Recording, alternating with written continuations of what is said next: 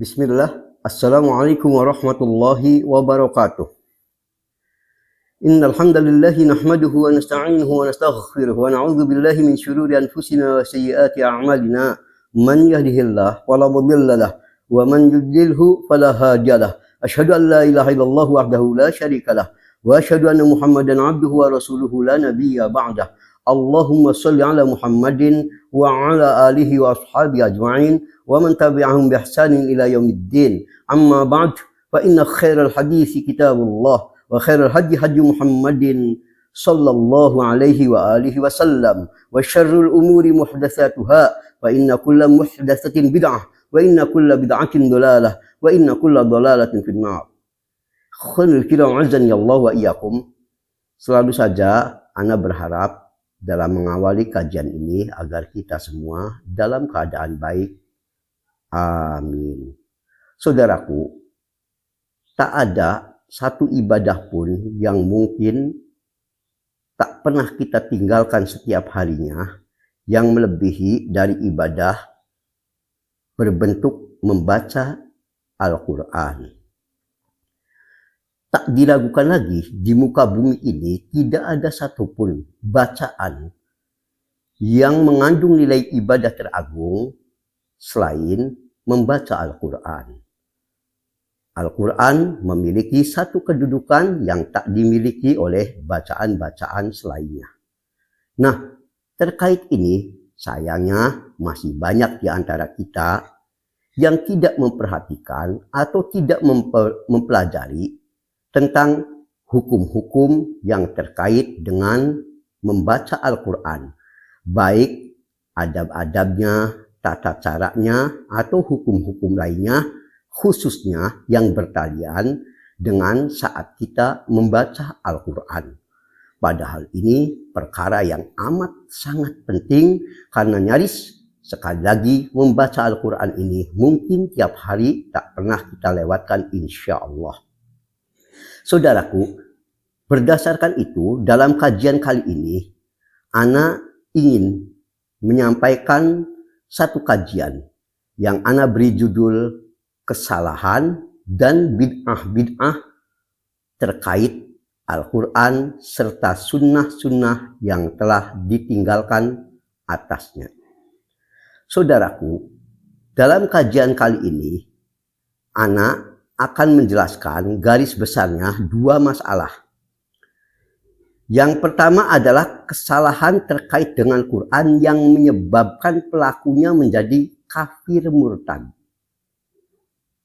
Itu nanti ada 3 yang bisa menyebabkan pelakunya bisa menjadi murtad bahkan.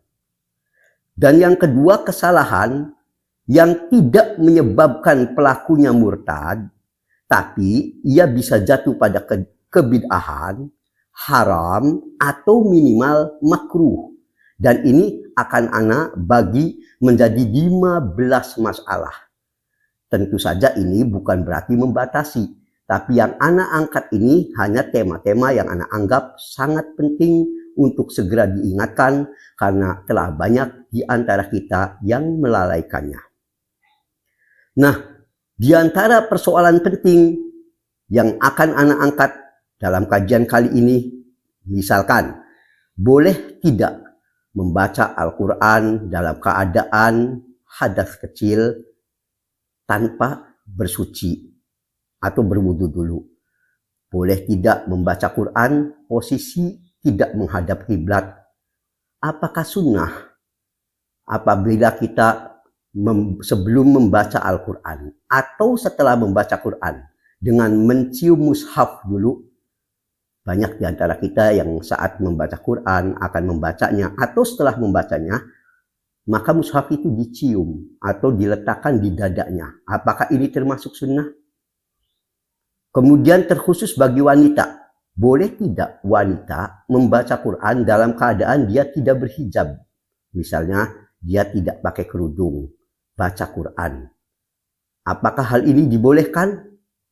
Termasuk juga persoalan yang belakangan sempat ramai, boleh tidak membaca Al-Quran tapi bukan dengan langgam Arab.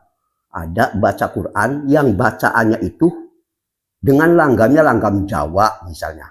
Apakah hal ini dibenarkan? Dan lain-lain masalah yang insya Allah akan ana rinci dalam bahasan kali ini. Baiklah, kita akan awali dulu bahasan kali ini dengan penjelasan betapa dahsyatnya Al-Quran. Saudaraku, telah ana sampaikan di awal bahasan, tak ada satupun di muka bumi ini bacaan yang lebih dahsyat, lebih agung dibandingkan Al-Quran. Sebegitu dahsyatnya sampai Allah pernah menggambarkan kedudukan Al-Quran ini dengan firman-Nya. Lau anzalna hadzal Qur'ana ala jabal la ra'aitahu khashi'an mutasaddian min khasyatillah. Kata Allah, andai saja Al-Quran ini kami turunkan pada sebuah gunung, niscaya kau akan melihat gunung itu hancur dikarenakan rasa takutnya kepada Allah dengan dahsyatnya ayat-ayat Quran itu. Pada ayat ini Allah menggambarkan kepada kita betapa Al-Quran itu sedemikian dahsyat sampai andai diturunkan Quran ini pada sebuah gunung, maka tadi Allah katakan la ru'aitahu khashi'an mutasaddian min khasyatillah. Gunung-gunung pun dapat menjadi hancur karena takutnya kepada Allah saat menerima ayat-ayat Quran itu.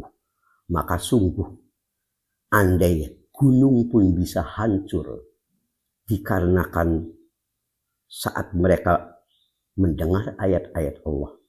Yang aneh, berapa banyak yang justru manusia hatinya lebih membatu dari gunung. Saat ayat-ayat Allah dibacakan, tak ada tergetar hatinya. Bahkan ada orang yang seumur hidupnya tak pernah menangis tatkala ia mendengar atau membaca ayat-ayat Al-Quran. Wa na'udzubillah min dzalik. Sungguh orang yang demikian pada dasarnya hatinya lebih keras dari gunung. Semoga Allah menjauhkan kita dari hati yang keras seperti ini. Amin. Saudaraku, itu adalah pengawal dari kajian kita menjadi awal agar kita termotivasi semakin semangat untuk membaca, mentadaburi, dan tentu pada akhirnya mengamalkan ayat-ayat Al-Quran. Ikhwan a'azzani Allah wa iyyakum. Sekarang kita langsung masuk kepada pembahasan inti bagian 1, yaitu kesalahan atau bid'ah terkorelasi dengan Quran yang jika pelakunya melakukan hal ini, dia bisa menjadi kafir murtad bahkan. Na'udzubillah min dzalik. Hati-hati atas hal ini. Ada 3. Sekali lagi ini Anda bukan membatasi, tapi 3 ini yang Anda anggap penting untuk diberikan peringatan dan catatan pada kesempatan kali ini, karena kita khawatir perkara ini akan bisa juga terjadi pada kita. Wa na'udzubillahi min dzalik. Yang pertama, meragukan kebenaran Al-Quran walaupun yang diragukan hanya 1 huruf saja. Bahkan andai kata ada orang itu iman semua pada ayat Quran dari surah Al-Fatihah sampai Anas dia iman, tapi dia hanya meragukan 1 huruf saja. Jangankan 1 kata, jangankan 1 kalimat, jangankan 1 surat, maka cukup menjadikan pelakunya menjadi kafir murtad. Maka perhatikan hal ini, imani bahwa Al-Quran yang hari ini kita tahu, terutama yang kita pahami sekarang, Mushaf Utsmani, itu benar-benar yang turun dari Allah Azza wa Jalla. Kita beriman seluruhnya tanpa kita jangan kata mendustakan, bahkan meragukan 1 huruf pun tidak. Kita iman semuanya benar datang dari Allah. Mengapa? Karena Allah sendiri yang telah menjanjikan inna nahnu nazzalna dzikra wa inna lahu lahafizun. Kamilah yang telah menurunkan az-zikr. Az-zikr ini fokusnya adalah Al-Quran. Sebagaimana dijelaskan para ulama. Kami yang telah menurunkan Al-Quran, kata Allah. Wa inna, dan sesungguhnya, lahu lahafizun. Pada Al-Quran ini, kami pula yang akan menjaganya. Satu-satunya kitab suci yang Allah jamin akan terus terpelihara sampai hari kiamat hanya Al-Quran. Kita tahu ada beberapa suhuf yang Allah turunkan kepada para nabi atau rasul sebelum Nabi kita Muhammad sallallahu alaihi wasallam. Zabur, Injil, Taurat. Semuanya sudah tak berbekas lagi atau yang masih ada sudah dirubah-rubah. Satu-satunya kitab suci di zaman sampai zaman kita dan sampai kiamat terus akan Allah jaga dari pentahrifan, perubahan, apalagi pemalsuan hanya Al-Quran. Karena Allah yang telah berjanji dia sendiri yang akan turun langsung menjaganya. Makanya Ibnu Katsir rahimahullah saat menafsirkan ayat tadi, inna nahnu nazzalna dzikra wa inna lahu lahafizun, beliau mengatakan summa qarrara ta'ala annahu huwallazi unzila alaihi dzikra wa huwal Qur'an wa huwal hafiz lahu minat taghyir wat tabdil. Allah sendiri yang telah menetapkan bahwa Al-Quran yang dia turunkan itu yaitu Al-Quran. Wa huwal hafiz lahu, Allah jamin Allah akan jaga dia Al-Quran ini minat taghyir wa tabdil, dari perubahan, penggantian dan sebagainya. Perubahan tidak akan pernah. Sehuruf pun Quran ini Allah jaga sampai kiamat, nggak akan ada yang mampu untuk merubah, mengganti-ganti, merubah-rubah dan yang semakna dengannya. Makanya dengan dasar itu Ibnu Mas'ud radhiyallahu anhu menyatakan, man kafaru bi ayati minal Quran, barang siapa yang dia kufur dengan satu saja ayat Quran, faqad kafaru bihi kull, maka dia dianggap kafir pada seluruh ayat Quran. Jadi walaupun yang dia kufuri ini cuma satu huruf, satu ayat, misalkan satu saja, satu ayat, maka dia dianggap mengkufuri pada seluruh Quran. Ini dikatakan oleh Ibnu Mas'ud radhiyallahu anhu sebagaimana terdapat dalam Sunan Sa'id bin Mansur halaman 438. Dan karenanya Abu Muhammad Al-Hasan bin Ali bin Khalaf Al-Barbahari rahimahullah mengatakan, "Lau anna 'abdan amana bi jami'i ma qala Allah tabaraka wa ta'ala", andai ada seorang hamba di muka bumi ini yang dia beriman, semua ayat Quran ini dia beriman. Illa annahu syakka fi harfin. Hanya dia ragu, bukan mengingkari, bahkan cuma ragu satu huruf saja. Yang dia ragu cuma satu huruf, yang lainnya dia iman. Faqad radda jami' ma qala Allah Ta'ala. Maka dia dianggap telah menentang, menolak keseluruhan ayat Quran, wa huwa kafir, dan dia keadaannya menjadi kafir. Lihat Syarhus Sunnah Al-Barbahari halaman 109. Bahkan hal ini sudah dinyatakan ijma' ulama. Ibnu Qudamah rahimahullah sebagaimana terdapat dalam Lum'atul I'tiqad halaman 19 mengatakan la khilafa bainal muslimin. Sudah tidak ada lagi perbedaan pendapat di kalangan kaum muslimin. Fi anna, dalam perkara man jahda minal Qur'an, barang siapa yang dia ini menentang Al-Qur'an, surah atau ayat, baik satu surat saja, atau bahkan bukan satu surat, au ayat, satu ayat saja, au kalimah, bahkan atau satu kalimat saja, atau satu huruf saja, muttafaqun alaihi, maka telah disepakati oleh seluruh kaum muslimin annahu kafir, dia kafir. Dengan penjelasan ini, maka ana mengingatkan, jangan sampai ada di antara kita yang masih misalkan meragukan apa benar ya Quran yang sekarang ada di tangan kita ini adalah Quran yang dulu diturunkan ke Nabi kita Muhammad Sallallahu Alaihi Wasallam, lalu apalagi diikuti pengingkaran pada satu huruf saja, jangankan satu ayat. Na'udzubillah. Ini kesalahan yang menyebabkan pelakunya menjadi kafir yang pertama. Yang kedua adalah siapapun yang menyatakan Quran ini makhluk. Anak ingatkan, Al-Quran ini yang kita baca bukan makhluk. Dia kalamullah. Kalamullah itu bukan makhluk. Dan ini adalah sudah sepakat menjadi i'tiqad Ahlus Sunnah wal Jamaah. Karena itu Al-Imam Al-Lalikai, sebagaimana terdapat dalam Syarhul I'tiqad Ahlus Sunnah wal Jamaah, juz 1 halaman 178, mengatakan annal Qur'ana kalamullah jalla thana'uh. Al-Quran itu kalamullah. Wala ikhtilafa fihi baina ahli ilmi. Dan sudah tidak ada lagi perselisihan di kalangan para ahlul ilmu. Wa man qala kalamullah makhlukun.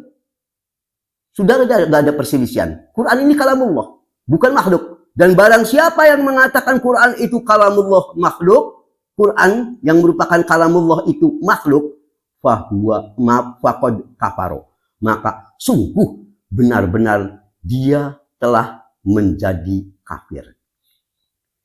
Bahkan ada kisah menarik dari Imam Syafi'i rahimahullah. Lamma kalama Syafi'i rahimahullah hafsal al-fard, suatu ketika ada orang yang namanya Hafiz al-Fard. Ya. Ini orang ini punya keyakinan Quran itu makhluk. Dia punya keyakinannya Quran itu makhluk. Maka langsung Imam Syafi'i rahimahullah berkata kepada Hafiz, kafarta billahil azim, sungguh kamu telah kafir kepada Allah yang maha agung. Karena tadi masalah ini adalah kesepakatan Ahlus Sunnah. Lihat kisah dari Imam Syafi'i rahimahullah itu dalam apa yang ditulis oleh Imam Baihaqi dalam Al-Asma wa Sifat juz 1 halaman 611 nomor riwayat 554. Itu yang kedua. Yang ketiga, istihza terhadap Al-Quran. Ngolok-olok Al-Quran jadi bahan gurauan. Na'udzubillah, bahkan belakangan ana melihat kadang ada ayat Quran sudah bahkan dijadikan saweran sambil ketawa-ketawa. Allahul musta'an. Ana khawatir ini termasuk bentuk istihza, mengolok-olok, bermain-main dengan Al-Quran. Padahal Allah telah berfirman dalam surah Al-Jathiyah ayat 9, wa idza alima min ayatina syai'an, jika mereka ini ia tahu sedikit saja tentang ayat-ayat kami Quran, ittakhadhaha huzwa, mereka menjadikan Quran itu sebagai main-main, senda gurau, olok-olok. Maka Allah katakan ulaika lahum azabum muhin, bagi mereka Allah sediakan azab yang sangat menghinakan. Maka berhentilah kita, jangan ada lagi di kalangan kita yang menjadikan Al-Quran sebagai bahan gurau, ya, seakan-akan kita tidak lagi memiliki gurauan lain. Jangan lakukan itu. Inilah 3 perkara kesalahan terkait Quran yang pelakunya bisa menjadi kafir murtad. Na'udzubillah min dzalik. Sekarang kita masuk bab kedua. kesalahan dan bid'ah yang terkait dengan Quran yang tidak menyebabkan pelakunya kafir. Tidak sampai kafir sih. Tapi walaupun begitu, bisa jadi dia jatuh pada bid'ah muharramah, atau dia jatuh pada keharaman, atau paling tidak dia jatuh kepada makruh, sesuatu yang dibenci secara syariat yang tak selayaknya dia lakukan terhadap Al-Quran. Ini bab kedua. Nah, di sini ada 15 yang ingin anak ungkap. Bahwa ini kebanyakan kita tidak mempersiapkan ini, salah dalam perkara ini, kalau yang salah perlu kita perbaiki. Yang sudah perlu kita maksimalkan, yang sudah benar tentunya. Kita akan mulai kesalahan yang pertama, yaitu saat membaca Al-Quran tidak meluruskan niat karena Allah. Asal ambil, nggak ada niat apa, asal bunyi aja gitu. Padahal membaca Al-Quran ini ibadah paling agung. Di antara ibadah paling agung salah satunya membaca Al-Quran. Dan kita tahu ibadah tidak akan pernah diterima oleh Allah kecuali salah satu syaratnya harus ikhlas, niat ikhlas karena Allah. Bukankah kita sudah hafal tentang apa yang dikatakan Nabi SAW? Innamal a'malu binniyat. Segala amal itu tergantung pada niatnya. Bahkan jaga hati kita. Berapa banyak di antara kita yang kemudian membaca Al-Quran hanya niatnya karena ingin dipuji, suaranya indah, suaranya merdu. Perhatikan, dengan sebab tidak meluruskan niat ini, walaupun yang dia baca Quran bisa menjadi sumber kecelakaan baginya. Tentu kita sudah tahu semuanya insya Allah. Suatu hadis yang menceritakan tentang kelompok yang pertama akan diadili oleh Allah di yaumul hisab. Kelompok pertama yang Allah akan adili di yaumul hisab setelah orang yang mati syahid, Allah tanya tentang apa tujuan dia berperang, benarkah membela agama Allah dan seterusnya. Maka yang kemudian dipanggil oleh Allah untuk diadili adalah salah satunya orang yang rajin, semangat menuntut ilmu, mengajarkan ilmu, dan membaca Al-Quran. Di hadis itu disebutkan wa rajulun ta'allamal ilma wa 'allamahu wa qara'al Quran. Allah akan sidang kelompok kedua setelah orang yang berjihad adalah orang yang selama ini dia rajin menuntut ilmu, rajin membaca Al-Quran. Lalu Allah akan tanya nanti, setelah berhadapan dengan Allah, Allah akan tanya kepada orang ini. Allah tanya tentang apa saja selama ini setelah Allah berikan nikmat kepadamu di dunia. Apa yang kau lakukan dengan segala nikmat itu? Maka orang ini di antaranya menjawab, ta'allamtul ilma wa 'allamtuhu.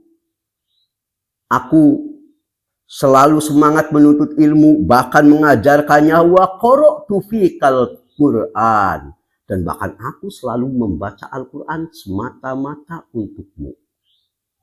Orang ini dikenal rajin baca Quran, dan dia mengatakan baca Quran ini anak ambil yang khusus baca Qurannya saja.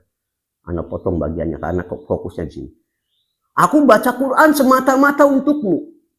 Maka Allah langsung, karena dia zat yang maha mengetahui niat-niat, apa yang tersembunyi dalam dada, maka Allah mengatakan, wa qara'tal Qur'an liyuqal huwa qari. Kamu itu sebetulnya baca Al-Quran hanya karena agar kamu dianggap qari, ahli baca Quran, suaranya hebat, indah. Bohong kalau kau katakan kau baca Quran semata-mata untukku, kata Allah. Maka summa umiru bihi, lalu Allah memerintahkan malaikatnya agar orang ini diseret, fasuhiba ala wajhihi hatta ulqiya ila finnar. Diseretlah orang ini oleh para malaikat penjaga neraka atas wajah-wajahnya, lalu Allah lemparkan ke dalam neraka. Na'udzubillah min dzalik. Sahih Muslim 1905. Makanya ikhwan, Jangan lupa kalau kita baca Quran, niatkan ikhlas semata-mata Allah, karena Allah, tidak karena kena pujian, suara kita bagus dan sebagainya. Semoga Allah menjaga kemurnian hati-hati kita. Ini kesalahan pertama, yaitu sekali lagi tidak mengikhlaskan, meniatkan bacaan Qur'annya semata-mata karena Allah. Yang kedua, tidak bersuci. Sangat ditekankan bagi orang yang hendak membaca Al-Quran itu untuk berwudu terlebih dahulu jika sebelumnya dia dalam keadaan hadas. Walaupun ini bukan wajib seperti nanti Anda sampaikan pernyataan ulama, tapi sangat ditekankan sebagai bentuk takzim kita, pengagungan dan penghormatan kita pada Quran. Usahakan jangan membaca Al-Quran kecuali kita sudah dalam keadaan suci. Apalagi dari hadas besar. Bahkan dari hadas kecil pun usahakan kita sudah dalam keadaan suci. Dalil masalah ini diantaranya Muhajirin bin Qunfuz mengisahkan radhiyallahu anhu bahwa ia pernah mendatangi Nabi Shallallahu Alaihi Wasallam dalam keadaan sedang kencing. Lalu Muhajirin bin Qunfuz ini mengucapkan salam kepada Nabi. Di saat Nabi sedang kencing, Nabi tidak menjawab langsung salamnya. Padahal kita tahu menjawab salam itu hukumnya wajib. Tapi Nabi sengaja menangguhkan. Ya, lalu setelah selesai kencingnya, Nabi baru mendekati sahabat Muhajirin bin Qunfuz. Ya, beliau meminta maaf kepadanya karena mengapa beliau tadi tidak langsung menjawab salamnya. Ya, ada alasan. Beliau mengatakan, ini karihtu an adkurallah azza wa jal illa ala toharoh. Wahai sahabatku Muhajirin bin Qunfuz. Tadi aku, kalau terjemahan bebasnya, sengaja tidak menjawab salammu langsung. Dikarenakan aku ini orang yang tidak suka menyebut nama Allah dalam keadaan tidak suci. Aku ingin selalu menyebut Allah dalam keadaan aku selalu suci.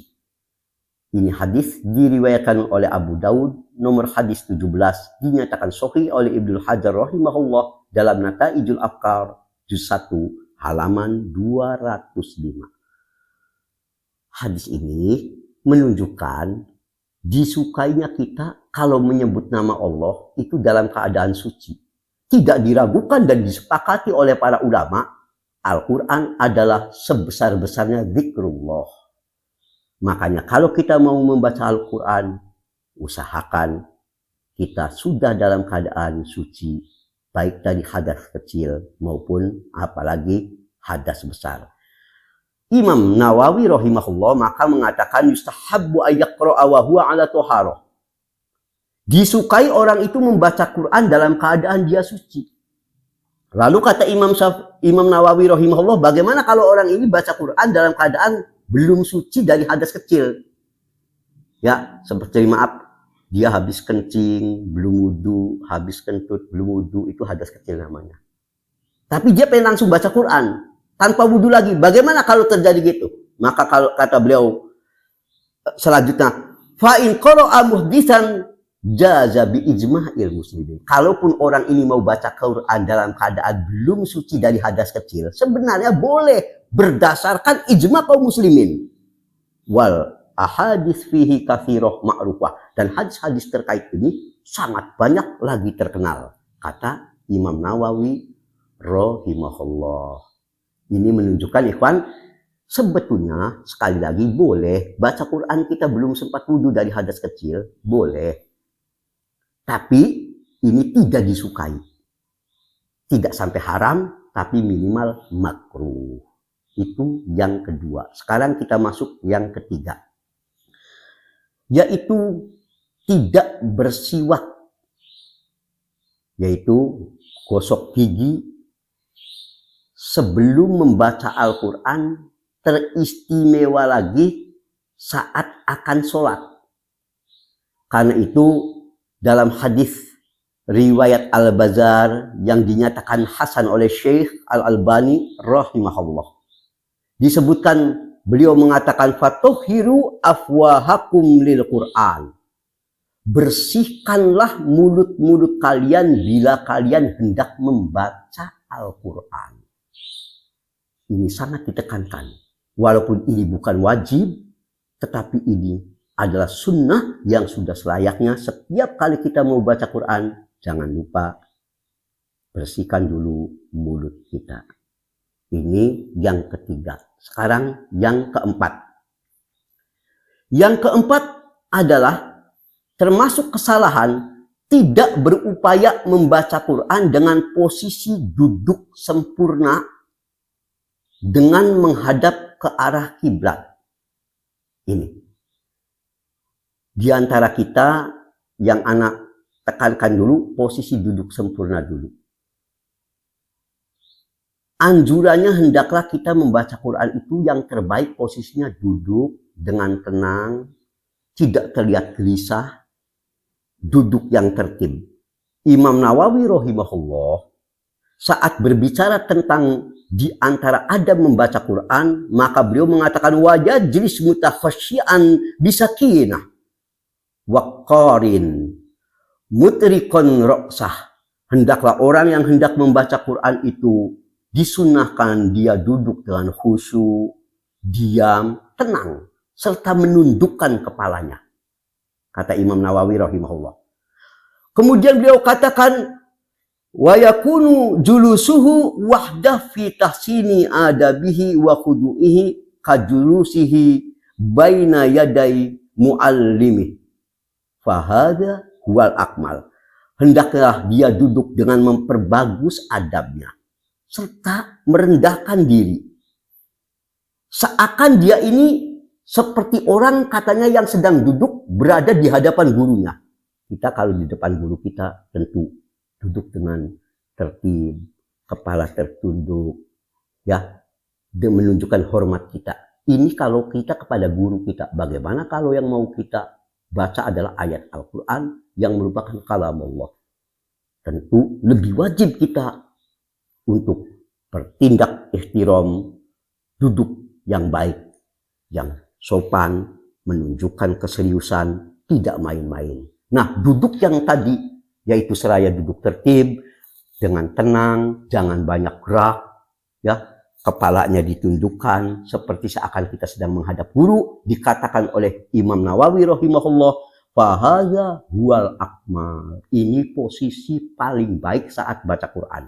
Lihat dalam At-Tibyan fi Adabi Hamlatil Quran, halaman 76. Mungkin ada pertanyaan, Ustadz, kalau begitu apakah boleh kita baca Quran sambil berjalan atau mungkin sambil tiduran berbaring gitu? Maka jawabannya boleh. Boleh. Tapi ini tidak utama. Yang paling utama tadi. Yang paling utama adalah sambil duduk yang seperti disampaikan oleh Imam Nawawi rahimahullah. Tapi boleh pula kalaupun kita sambil bersandaran, tiduran, atau sambil jalan baca Quran boleh. Mana dalilnya? Banyak sekali. Pertama Ali Imran 191. Sebelum Anda bacakan ayatnya, Anda ingin menyebut dulu bahwa kalau disebut al-zikr, maka Al-Quran itu termasuk sebesar-besarnya zikir. Tidak ada satupun yang lebih besar al-zikr melebihi Quran. Jika sudah dipahami, mari kita lihat surah Ali Imran ayat 191. Allah berbicara tentang keadaan orang beriman, yaitu cirinya diantaranya alladzina yadhkurunallah qiyaman. Orang yang suka menyebut nama Allah. Jadi al-zikr menyebut nama Allah termasuk di dalamnya tentu Al-Quran, seperti dijelaskan oleh semua ulama. Ciri orang beriman diantaranya mereka itu suka menyebut nama Allah dalam posisi gimana? Qiyaman, pertama dalam keadaan berdiri, wa qu'udan, dalam keadaan duduk, kemudian yang terakhir wa ala junubihim, maupun dalam keadaan dia berbaring. Di ayat ini Allah menyebutkan ada 3 posisi yang boleh dilakukan oleh orang untuk menyebut nama Allah. Qiyaman, qu'udan, wa ala junubihim. Berdiri, duduk, dan berbaring. Juga ini diperkuat dalam surah An-Nisa ayat 103. Hampir semakna dengan ayat tadi. Dan ini diperkuat juga oleh hadis yang diceritakan oleh Aisyah radhiyallahu anha. Mari kita lihat apa yang dikisahkan oleh Aisyah radhiyallahu anha. Anna Nabiyya sallallahu alaihi wasallam kana yattaqi'u fi hajri wa ana haid. Thumma yaqra'ul Qur'an. Nabi sallallahu alaihi wasallam katanya pernah berbaring di pangkuanku. Saat itu aku sedang haid katanya. Sedang haid, lalu Nabi berbaring di Aisyah, ya, pangkuannya Aisyah. Ya, dan summa yaqra'ul Qur'an, dan Nabi dalam posisi berbaring itu, tiduran itu sambil membaca Al-Qur'an. Sahih Bukhari 297, Muslim 719. Hadis ini jelas menunjukkan boleh membaca Quran sambil bahkan tiduran seperti yang dilakukan oleh Nabi Sallallahu Alaihi Wasallam sendiri, membaca Quran sambil tiduran di pangkuan Aisyah radhiyallahu anha. Karena itu Imam Nawawi rahimahullah setelah menyebut hadis di atas, beliau mengatakan fihi jawazu qiraatil Quran muttaji'an wa muttaqi'an. Hadis ini menunjukkan bolehnya membaca Quran baik dalam keadaan sambil tiduran maupun sambil bersandar. Kata Imam Nawawi rahimahullah. Ini hadis tegas menunjukkan boleh. Ya, lihat dalam Syarah Sahih Muslim juz 3 halaman 211. Walaupun demikian, seperti Ana sampaikan tadi, tetap yang paling terbaik andai kata kita duduk dengan seperti yang disampaikan juga oleh Imam Nawawi rahimahullah di awal tadi, dengan sempurna dalam baca Quran itu. Duduk seraya kepalanya tertunduk, ya, dengan menjaga adab. Makanya Imam Nawawi rahimahullah, ya, setelah menjelaskan tentang keutamaan baca Quran sambil duduk yang tertib tadi, beliau mengatakan walau qara'a qa'iman wa mutaji'an au fi firasih au ala ghairi dzalika minal ahwal.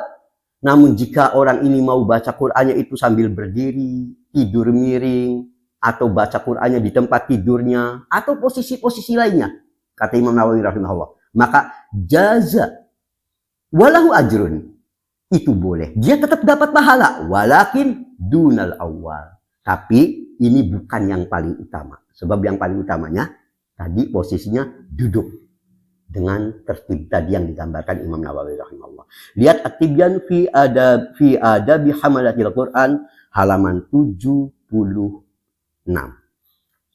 Sekarang kita masuk yang keempat. Terkadang kita duduk, posisi sudah duduk membaca Al-Quran, tapi tidak menghadap kiblat. Bagaimana? Maka penjelasannya, yang utama membaca Quran itu menghadap ke arah kiblat. Ini paling utama. Mana dalilnya? Apa yang dikatakan oleh Nabi Sallallahu Alaihi Wasallam, wa inna sayyidal majalis qubalatal qiblah. Sebaik-baiknya majlis itu yang menghadap ke arah kiblat. Majlis terbaik itu yang arahnya menghadap kiblat. Ini hadis riwayat Tabrani dalam Al-Awsat 2375. Dan dihasankan oleh Syekh Al-Albani rahimahullah dalam Sahih At-Targhib wa Tarhib nomor hadis 3085. Makanya Imam Nawawi rahimahullah mengatakan yustahabbu lil qari fi ghairi shalah ayastaqbalal qiblah. Disunnahkan bagi orang yang membaca Quran di luar sholat, karena kalau sholat sudah pasti wajib, bukan disunahkan, bahkan tidak sah sholat nggak menghadap kiblat. Tapi kalau dia ini baca Qur'annya di luar sholat, yustahab, disukainya adalah ayastaqbilal qiblah, menghadap ke arah kiblat. Kata Imam Nawawi rahimahullah, sebagaimana terdapat dalam At-Tibyan halaman 76. Itu yang keempat. Sekarang yang kelima. Termasuk sesuatu yang perlu diberi catatan, kekeliruan kelima adalah kita tidak berupaya memperbagus bacaan Quran dengan suara terindah kita. Hendaklah kita berupaya saat membaca Quran, kalau kita memiliki kemampuan suara terbaik, saat itulah kita saat membaca Quran dengan suara yang baik, suara terbaik kita dengan suara yang seindah mungkin sehingga terasa sejuk membacanya. Dalil masalah ini banyak. Salah satunya Nabi kita menyatakan zayyinul Qur'an bi aswatikum. Hiasilah Al-Quran dengan suara-suara kalian. Al-Quran akan lebih menjadi indah jika kita baca dengan suara kita yang terbaik, yang indah. Hadis ini riwayat Abu Dawud 1468 dan kata Syekh Al-Albani rahimahullah dalam Aslu Sifati Sholatin Nabi sallallahu alaihi wasallam juz 2 halaman 570 sahih. Bahkan tidak cukup Nabi memerintahkan kita untuk menghiasi Quran dengan suara terbaik kita. Beliau dalam satu kesempatan lagi dalam Bukhari 7527 sampai sempat seakan memberi ancaman, laisa minna man lam yataghanna bil Quran. Bukan dari umatku yang baik bagi siapa yang tidak berupaya memperindah suaranya saat baca Quran. Laisa minna, bukan kalangan umat kami yang baik, kata Nabi. Bagi yang tidak berupaya memperindah.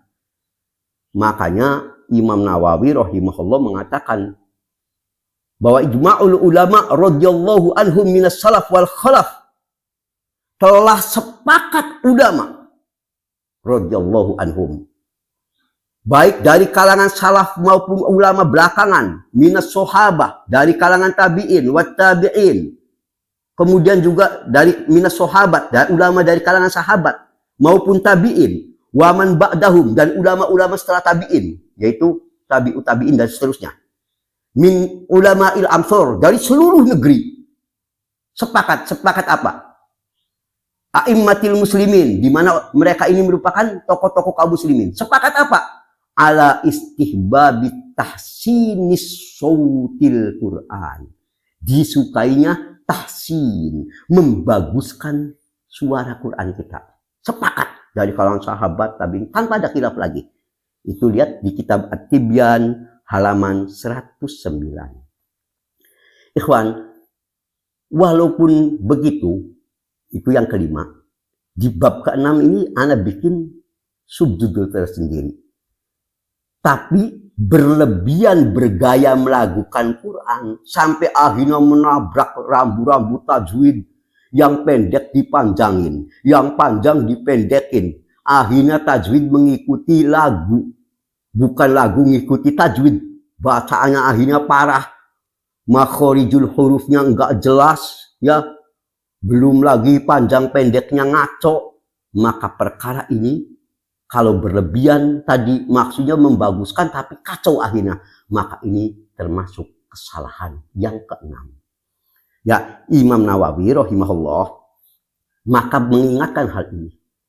Setelah beliau menyatakan disukainya agar kita membaguskan bacaan Quran, beliau lalu mengingatkan tahsinus shaut bil qiraah tartibuha ma lam yukhrij an haddil Quran bitamtid.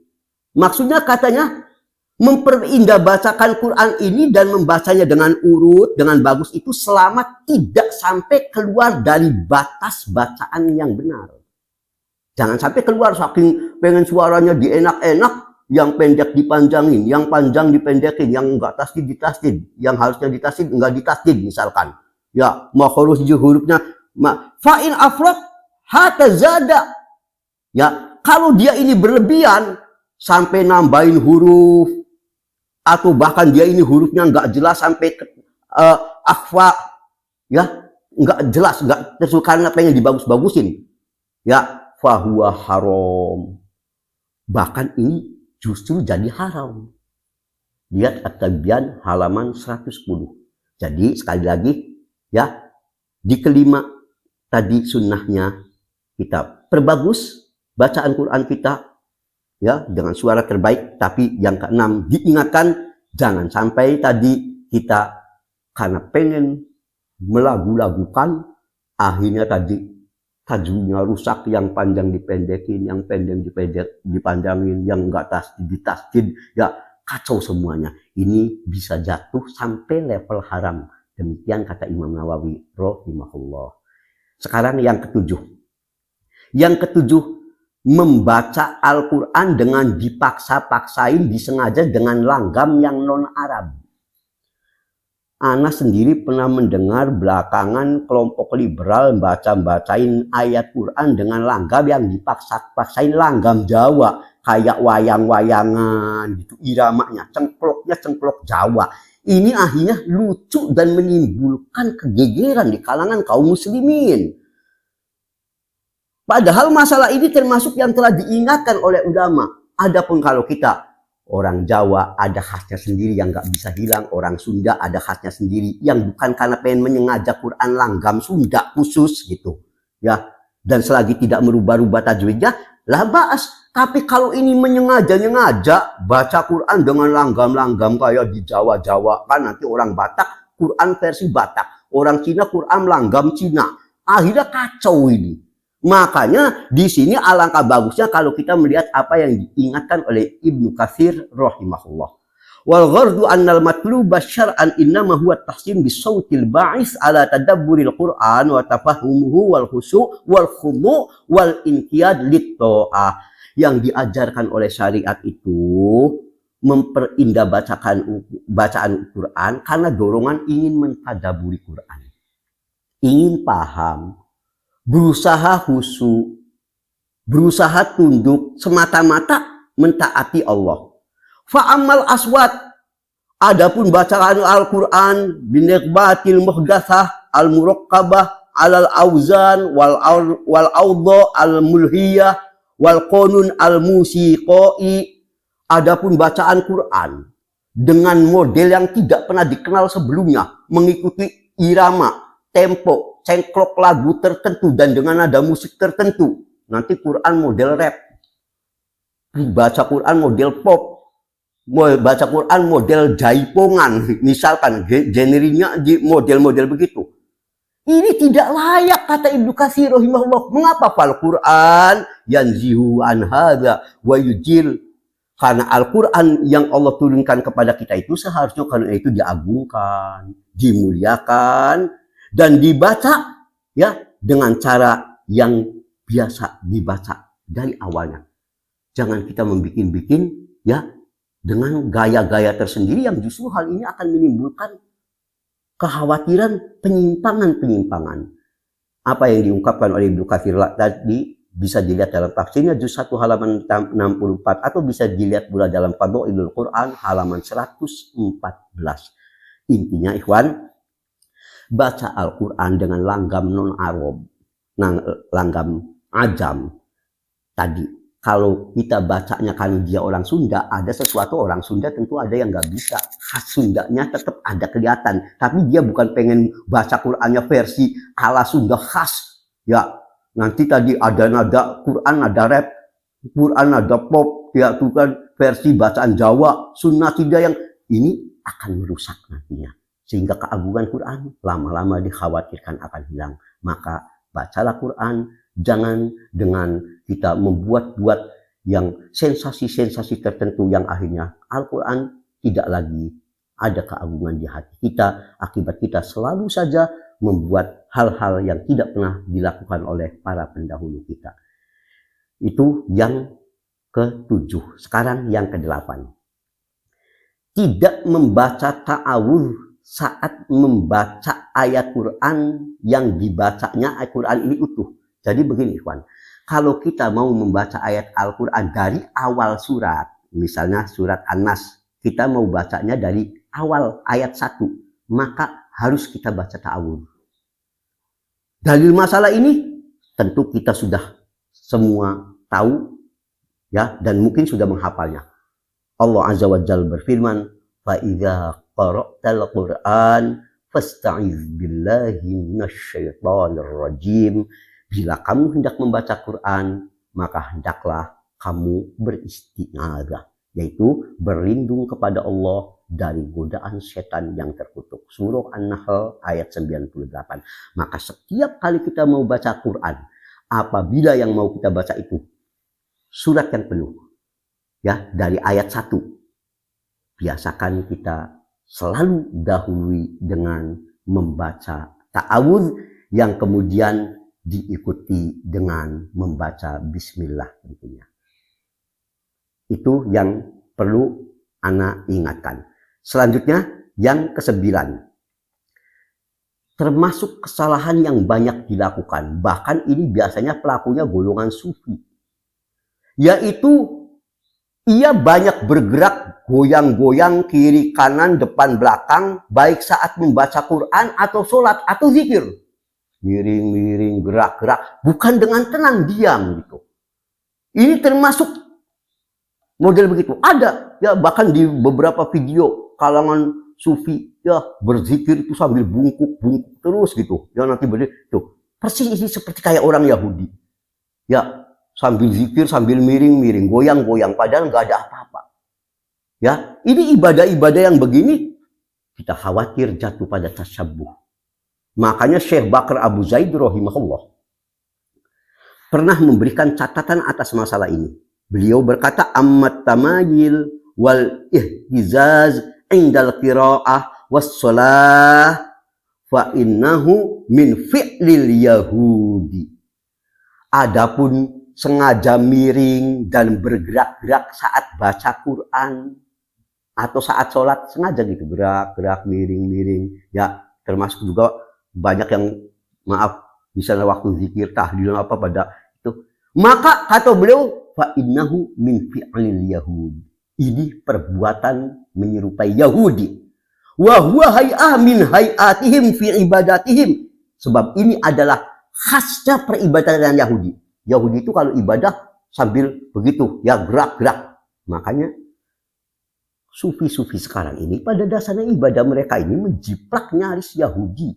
Ya seperti banyak ya di video yang viral ya, sambil gandengan tangan, sambil membungkuk-bungkuk, sambil illallah, illallah. Na'udzubillah. Padahal itu semua cara-cara Yahudi, caranya gitu. Maka fala yang bagi lil muslim ayyata'ammad fi. Tidak disukai seorang muslim, katanya, kata Syekh Bakar Abu Zaid rahimahullah, untuk melakukan perbuatan semacam ini. Lihat dalam Bida'ul Qura halaman 75. Itu yang ke-9. Yang ke-10, yaitu banyak baca Quran tapi sedikit tadaburnya gitu. Padahal yang lebih utama itu juga jangan dilupakan, kita tadabur. Jadi kalau baca Quran sambil paham, oh ini maknanya apa. Ya. Bahkan daripada kita terlalu banyak baca ayatnya tanpa tadabur, mending sedikit ayat yang dibaca tapi ditadaburi. Allah berfirman dalam surah Muhammad ayat 24. Afala yatadabbaruna al-Quran? Apakah kalian tidak tadabur? Tadabur itu merenungi, memahami, ya, mempelajari dengan cara mendalam Al-Quran. Apa kalian selama ini tidak memperhatikan Quran, tadabur? Amala qulubihim akfaluha. Ataukah hati-hati mereka ini sebetulnya telah terkunci? Makanya ikhwan azanillahu wa iyyakum, hendaklah kita saat membaca ayat-ayat Al-Quran juga lebih dengan mengkaji apa itu makna ayatnya, memperhatikan apa isinya dan sebagainya. Bahkan terkadang Nabi berhenti pada ayat tertentu dan beliau baca ulang-ulang. Beliau kadang-kadang ada ayat yang beliau baca, di ayat itu beliau dibaca lagi, diulang ayat itu terus. Ya, walaupun satu ayat itu dibaca. Ya, Abu Dzar radhiyallahu anhu mengisahkan, qama Nabi sallallahu alaihi wasallam bi ayatin hatta asbaha yuradiduha. Nabi pernah melakukan sholat dan beliau membaca ayatnya, ayat itu berulang-ulang sampai pagi. Ayat yang dimaksudkan adalah surat Al-Maidah ayat 118. Jadi Nabi pernah membaca satu ayat. Karena ayat ini sangat menyentuh hati beliau. Ayat itu terus beliau baca sampai pagi, ayat itu aja dalam satu sholat, bacanya itu aja, enggak di ayat lain. Satu ayat yang dibaca beliau, yaitu apa? Tadi surat Al-Maidah 118. Itu azibhum fa innahum ibaduk wa itaghfir lahu fa innaka antal azizul hakim. Apa makna ayat ini? Sampai Nabi membaca terus ayat ini, enggak baca ayat lain. Nabi satu sholat ayat ini sampai pagi, terus beliau ulang-ulang. Itu azibhum fa innahum ibaduk wa taghfir lahum fa innaka antal azizul hakim. Lihat nanti, silakan antum lihat ayat ini apa di rumah, surat Al-Maidah ayat 118. Anak tidak akan menjelaskan di kesempatan kali ini dikarenakan waktu. Itu tentang riwayat tadi bahwa Nabi pernah dalam satu sholat membaca Al-Maidah 118 terus berulang-ulang, diriwayatkan oleh Nasai nomor hadis 1010 dan lain-lain, kata Syekh Al-Albani rahimahullah dalam Takhrij Al-Mishkat nomor hadis 1205 sahih. Dan atas dasar itu, karena Nabi terus gitu, satu ayat tapi terus diulang, tadabbur beliau. Ya, makanya Ibnu Abbas radhiyallahu anhu sampai pernah mengatakan, la an aqra fi lailatin surah atadabbaruha wa ufakkir fiha. Kalau saja aku dalam satu malam cukup membaca satu surat saja, lalu aku bisa tadabbur, merenungi, mengkaji, mempelajari itu, ahabbu ilai, itu jauh lebih aku sukai min aqral Quran, daripada aku membaca penuh satu Quran. Masih mending aku baca satu itu saja, nggak apa-apa. Itu jauh lebih aku sukai, walaupun yang dibaca itu tadi satu surat. Ya, lihat dalam kitab Fadhailul Quran karya Al-Mustaghfiri juz 1 halaman 161. Ya, atas dasar itu Ibnul Qayyim rahimahullah sebagaimana terdapat dalam kitab Zadul Ma'ad juz 1 halaman 337 mengatakan, fa madhhab Ibnu Mas'ud, fadhahaba Ibnu Mas'ud wa Ibnu Abbas radhiyallahu anhuma wa ghairihima, maka Ibnu Mas'ud, Ibnu Abbas dan yang selain kedua beliau itu berpendapat anna tartil wa tadabbur, bahwasanya tartil seraya tadabbur, bacanya tenang, seraya merenungkan ayat-ayatnya, ma'akillatil qiraah, walaupun cuma sedikit ayat yang dibacanya, akhirnya sedikit karena dia ayat sedikit pelajari, itu jauh lebih baik min syara'atil qiraah ma'a kasratiha, daripada dia bacanya buru-buru walaupun lebih banyak ayat yang dibaca tapi akhirnya dia nggak sempat merenungkan ayat-ayatnya.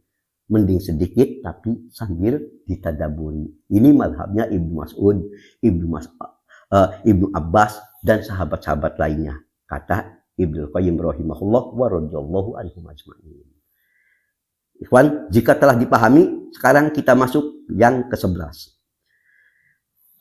Terlampau keras, kesalahan yang ke-11. Saat kita baca Quran teristimewa di satu tempat yang di situ kita tahu ada yang sedang lagi membaca Quran lagi. Misal kita lagi di masjid. Kita ngambil Quran, di sebelah kita ada orang lain yang sedang membaca Quran, mungkin di sebelah sana. Ya. Atau saat kita membaca Al-Quran ada orang yang sedang sholat sunnah. Atau saat kita membaca Al-Quran ada yang sedang tidur istirahat mungkin. Maka janganlah kita membaca Quran dengan suara yang terlampau keras yang bisa nantinya saling mengganggu bacaan kita, kacau. Kalau kita yang sedang sama-sama baca, ya kita kacau, dia kacau karena kita suaranya akhirnya dia baca sendiri, kita baca sendiri, betul. Kalaupun tidak, yaitu ada orang yang sedang tidur, kita tidak boleh mengganggu jam istirahat orang lain. Walaupun yang kita baca Al-Quran. Karena itu Abu Sa'id Al-Khudri radhiyallahu anhu mengisahkan bahwa suatu saat Nabi pernah i'tikaf gitu di masjid. Saat beliau i'tikaf di masjid, beliau lalu mendengar karena yang di masjid itu banyak sahabat-sahabat lagi pada i'tikaf lagi ya radhiyallahu anhum. Sedang baca Quran masing-masing dengan mengeraskan. Langsung setelah Nabi menyingkap tabir yang menutupi antara rumahnya dengan masjid itu, karena rumah Nabi itu dulu ya hanya di batas tabir gitu. Beliau langsung ya mendengar sahabat pada baca Qur'annya kenceng-kencengan ibarat orang sekarang mah. Langsung beliau mengatakan, ala inna kullukum munajin rabbah. Ingatlah masing-masing di antara kalian itu sedang bermunajat kepada Tuhannya. Fala yu'dhiyanna ba'dukum ba'don wala yarfa' ba'dukum ala ba'din fil qira'ah. Maka hendaklah jangan kalian ini saling mengganggu. Walayar fa' ba'dukum ala ba'din fil qira'ah, juga jangan saling mengeraskan suaranya dalam bacaan itu. Cukup masing-masing mendengar asal bisa didengar sendiri. Kita baca apalagi kalau tadi kita sedang i'tikaf, banyak teman-teman lagi baca Quran, ya sudah kita minimal asal ya bisa didengar kita sendiri. Ya, Kalau sekarang tidak begitu. Ini kesalahan yang sangat banyak. Apalagi di sebelah kita lagi ada yang sholat sunnah. Nah, ikhwan, jika ini kaitannya dengan sedang membaca Al-Quran, ya, kalau mengganggu orang lain tidak boleh. Ya, bagaimana kalau yang bacanya di bawah Quran? Sekedar apalagi hal-hal yang bid'ah, pujian sebelum sholat, pakai speaker, naudzubillah bin dzalik. Ya, bukan saja mengganggu orang yang sedang sholat sunat di situ, bahkan orang-orang yang di luar, yang sedang di rumah sedang sakit, bisa terganggu dengan sholawat bid'ah yang dia pakai mic itu, naudzubillah bin dzalik. Makanya ikhwan, jangan aneh tadi, kalau hadis tadi yang jangan saling menguraskan itu riwayat Abu Dawud, ya, yang dinyatakan sahih oleh Syekh Al-Albani dalam Sahih Abu Dawud 1332. Imam Ibnu Hajar Al-Haythami rahimahullah, ulama besar mazhab Syafi'i, sampai pernah memberi peringatan. Dengarkan ini. Wal jahru bihadrati nahwi musallin aw naimin makruhun kama fil majmu' wa ghairi. Membaca dengan keras ayat-ayat Quran tatkala ada di sampingnya orang yang sedang sholat atau yang sedang tidur, maka ini dibenci. Ini yang ulama besar mazhab Syafi'i. Itu jika dia baca Quran. Tadi, gimana kalau yang dibacanya bukan Quran? Udah ganggu yang dibacanya sholawat bid'iyah. Na'udzubillah. Bahkan beliau mengatakan, wala allahu haitsu lam yastaddal adza wa illa fayan bagi tahlimu. Itu dihukumkan makruh itu jika gangguannya tidak terlampau keras, bacaannya nggak terlalu keras. Tapi bila bacaan yang dia baca itu memang kenceng, apalagi pakai mic, itu jadi speaker, maka katanya yang lebih tepat ini bahkan bukan makruh lagi, tapi haram. Fayam bagi tahrim. Lihat dalam Fatawa Al-Fiqhiyah Al-Kubra juz 1 halaman 157 sampai 158. Makanya ikhwan, perhatikan hal ini. Jika kita membaca ayat Al-Quran, hendaklah kita pertimbangkan. Apalagi mungkin ada di sekitar kita orang yang sedang sakit, yang jika kita bacanya terlampau keras, bisa jadi dia terganggu. Ya, atau yang sedang sholat sunnah, atau yang sedang berzikir. Intinya, kita baca Quran dengan paling tidak bisa didengar oleh diri kita sendiri, sudah cukup. Enggak perlu dengan kenceng-kenceng yang bisa mengganggu orang yang sedang beraktivitas ibadah lainnya atau aktivitas lainnya. Itu yang ke-11. Sekarang yang ke-12. Ini yang termasuk banyak dilakukan. Di kita ini, jika ada qori, terutama kalau ada kegiatan qori, baca Quran suaranya bagus, itu di sela-sela qori itu baca Quran, itu yang mendengarnya jawab Allah gitu. Misalkan qori'nya nih habis baca ayat segel, idza zulzilatil ard, misalnya Al-Zalzalah. Si qori'nya baca Al-Zalzalah dengan suara merdu. Di setiap mendekati ujung ayat, ketika terhenti, ini yang lainnya ngomong Allah. Ya, ini banyak, hampir di seluruh negeri kita ini terkenal begini. Ini cara yang bid'ah. Tidak pernah dikenal di kalangan para salafus salih. Bahkan bertentangan dengan Quran surah Al-A'raf ayat 204. Wa idza quri'al Qur'an fastami'u lahu wa ansitu. Jika dibacakan Quran, dengarkan olehmu dan diam. Bukan suruh baca Allah, Allah. Diam, dengarkan. La'allakum turhamun. Semoga kalian mendapat rahmatnya. Al-A'raf 204. Makanya ikhwan, ya, saat kita mendengarkan orang baca Al-Quran, tidak perlu kita lalu tadi menyelingi dengan Allah. Biasanya itu dibaca dengan beramai-ramai oleh jamaah-jamaah lain yang mendengarkan saat itu. Ya, ini ya biasanya ini dalam semacam MTQ atau kalau ada hajatan qori'nya baca Quran, ya selalu kalau qori'nya di tengah-tengah bacaan ayatnya itu diselingi oleh mustami'nya ini Allah, ya bacaan Quran sang qori tadi. Ini bid'ah, dan bahkan cara ini termasuk menyelisihi ayat Quran, agar saat kita mendengar ayat Quran fastami'u lahu wa ansitu, dengarkan dan diam, bukan suruh baca Allah.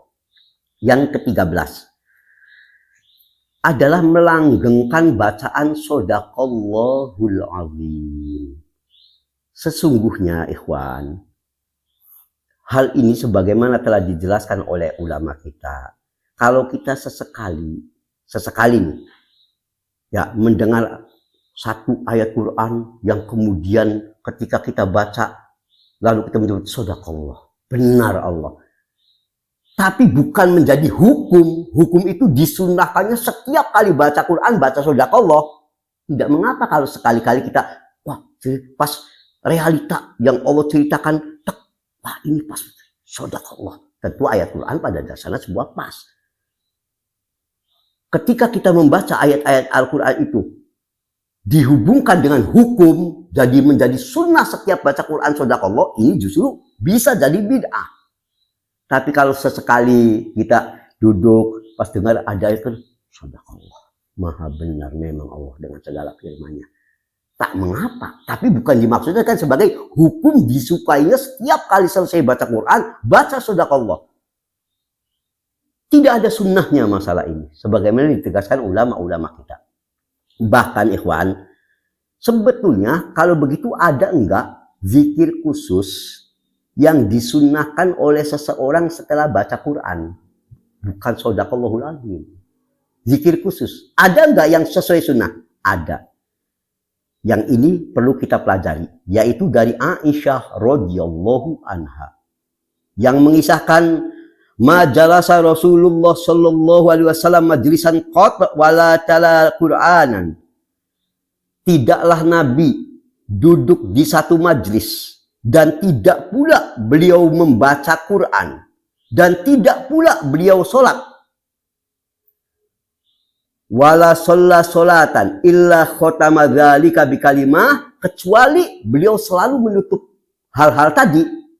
Seperti tadi, kita sedang di majelis, habis kajian atau habis ngobrol, ya, juga termasuk tadi disebutnya, setelah baca Quran, tala Qur'anan. Setelah membaca Quran, kecuali beliau selalu membaca apa yang beliau baca. Di hadis ini singkatnya lalu disebutkan dengan zikir yang mungkin kita sudah paham bersama-sama, yaitu subhanakallahumma wa bihamdika asyhadu an la ilaha illa anta astaghfiruka wa atubu ilaik. Itu yang selalu Nabi baca, termasuk setelah baca Quran. Ini yang dibaca. Ya, sebab ini merupakan kafaroh, penghapus segala kesalahan kita. Ya, penutup yang baik buat kita. Kalau selama ini kita baik, akan jadi penutup yang baik. Kalau kita ini ada kesalahan, akan jadi penghapus kesalahan. Ini yang biasa dibaca oleh Nabi SAW, termasuk di dalamnya tadi setelah baca Quran. Kata Aisyah radhiyallahu anha, Nabi itu selalu baca itu. Ya, ini hadis yang ana bawakan ini. Ya, jadi bukan Shadaqallahul Azim, bukan, tapi subhanakallahumma wa bihamdika asyhadu an la ilaha illa anta astaghfiruka wa atubu ilaik. Setelah baca Quran. Ya, ini riwayat Nasa'i, ya, dalam Al-Kubra, ya, 10.067, Tobroni dan sebagainya. Kata Al-Hafidz rahimahullah dalam An-Nukat juz 2 halaman 733, sanadnya sahih. Kata Syekh Al-Albani rahimahullah dalam As-Sahihah 93164, sanadnya sahih atas syarat Muslim. Kata Syekh Mukbil rahimahullah dalam Al-Jami' As-Sahih mimma laisa fi sahihain juz 2 halaman 128, hadis ini sahih. Jadi inilah yang semestinya kita baca itu dengan redaksi tadi. Selanjutnya yang ke-14. Tentang persoalan apakah wanita harus saat baca Quran itu disyaratkan untuk menutup atau berhijab syar'i, atau apakah boleh wanita misalkan baca Quran dalam keadaan dia tidak pakai kerudung misalkan. Untuk menjawab pertanyaan ini, Syekh bin Baz rahimahullah mengatakan la harajan fi dzalik an taqra'ul Quran wa hiya maksyuf ras. Tidak mengapa hal itu dilakukan. Maksudnya yaitu apa? Tagra'ul Quran, antagra'ul Quran, wanita yang membaca Quran dalam keadaan dia yaitu terbuka rambutnya, kepalanya, tidak berkerudung. Itu boleh bagi wanita. Tentu saja, idza kana ma indahal ajnabi, ma indaha illan nisa aw wahdah. Jika memang di situ tidak ada laki-laki lain, ya, non mahram gitu ya, boleh ya. Atau kecuali di situ wanita, kelompok wanita saja baca Qur'annya dia sambil terlihat rambutnya, ya nggak apa-apa. Atau dia sedang sendirian, ya, atau dia hanya ada sama suaminya misalkan, ya, itu nggak apa-apa. Jadi intinya boleh baca Quran bagi wanita walaupun tanpa memakai hijab sempurna, walaupun dengan kelihatan rambutnya, ya. Sebab mengapa ini dibolehkan? Ya, sebab laisa min syartil qiraah an tuqtirasiha. Bukanlah termasuk syarat membaca Quran itu harus menutup kepalanya. Tidak ditemukan begitu, kata Syekh bin Baz rahimahullah. Bukan syarat membaca Quran. Jadi boleh bagi wanita membaca Quran. Tadi sekali lagi tentu kalau wanita ya tidak ada laki-laki asing di sekitar situ tentunya, ya.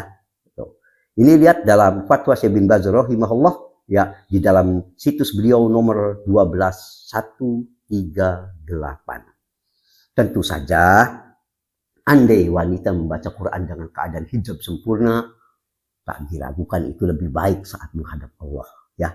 Tapi kalaupun dia tidak melakukan itu, tidak mengapa, intinya la haraj. Demikian yang ke-14. Terakhir, apakah disunahkan setelah membaca Quran itu kita misalkan umumnya mencium Quran, mushafnya dicium atau didekapkan di dada gitu, atau sebelum baca Quran kadang begitu, ya, apakah ini sunnah?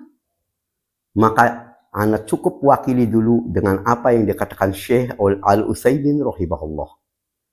Dengan bagusnya beliau mengatakan takbirul mushaf bid'ah. Mencium mushaf Quran itu bid'ah. Lianna hadza al-muqbil innama arada at-taqarrub ila Allah azza wa jalla bitakbirih. Karena kita yakin, tanyakan kepada orang yang mencium Quran itu. Tentu dia niatnya itu karena ibadah.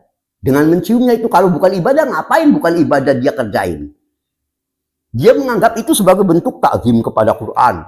Dia menganggap itu pengagungan Quran. Menganggap ada sesuatu nilai lebih dengan mencium Quran itu dihubungkan dengan keyakinan masalahnya. Jadi makanya takbirul mushaf bid'ah. Ya, dikarenakan tadi li'anna hadzal muqbil innama arada taqarrub. Orang yang menciumnya pasti niatnya itu karena itu dianggap bagian pendekatan diri kepada Allah. Sementara wa ma'lumun annahu la yataqarrab ila Allah. Sementara telah dimaklumi tidak boleh melakukan suatu pendekatan yang dianggap bentuk pendekatan kepada Allah illa bima syara'ahu Allah azza wa jal, kecuali apa-apa yang telah Allah syariatkan.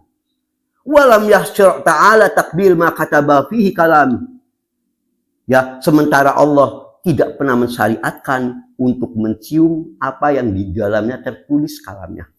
Kata Syekh Al-Utsaimin rahimahullah. Sementara enggak ada. Ya, ini hal yang demikian kata Syekh Al-Utsaimin rahimahullah, ya. Ini anak ambil singkatnya saja. Lihat dalam Fatwa Nur al-Darb Syekh Al-Utsaimin rahimahullah halaman 142.